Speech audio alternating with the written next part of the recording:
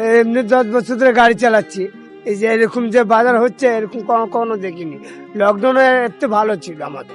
বাংলাদেশের জন্য চলে, যদি বাংলাদেশ আসছে না মানে সবকিছু ধীরে ধীরে বন্ধ হয়ে যাচ্ছে। 10% 5% আপনার বাংলাদেশ লোক আছে।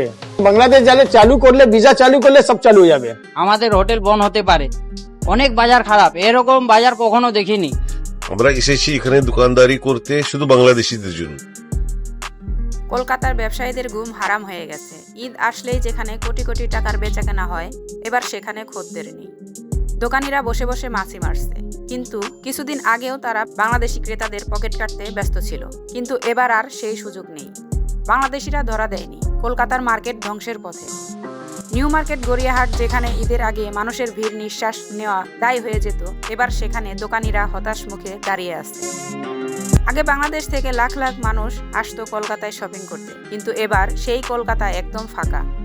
এতদিন বাংলাদেশিদের পকেট কাটতে কাটতে ব্যবসায়ীরা কোটি কোটি টাকা কামিয়েছে, এবার যখন সেই ক্রেতারা আসছে না, তাদের তখন মাথায় হাত।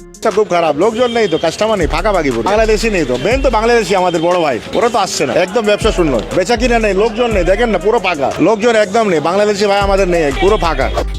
এক ব্যবসায়ী বলছে, ভাই আগের মতো এখন আর বেচা কেনা নেই, লাভের বদলে লোকসান গুনতে হচ্ছে।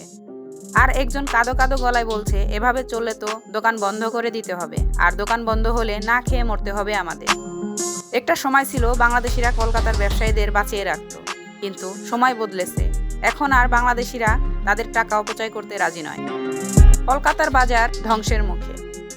ইন্ডিয়ার কতটুকু পড়ছে কিনা পশ্চিমবাংলা মানুষের অনেকটাই পড়ছে। কলকাতা, আমাদের এই বনগা, আমাদের এই টোটাল পেট্রাপোল বর্ডারে যত মানুষ আছে, এই যে যত দেখছেন সবাই কিন্তু আমরা এখানে বাংলাদেশের উপরেই নির্ভর। তারা না আসলে দুটো পয়সা তো ঘরে তো নেওয়া যায় না, বউ বাচ্চাগুলো সবাই আছে, তো সেই হিসাব করে দেখতে গেলে সত্যি কথা বলতে অর্থনৈতিক অবস্থা খুবই খারাপ।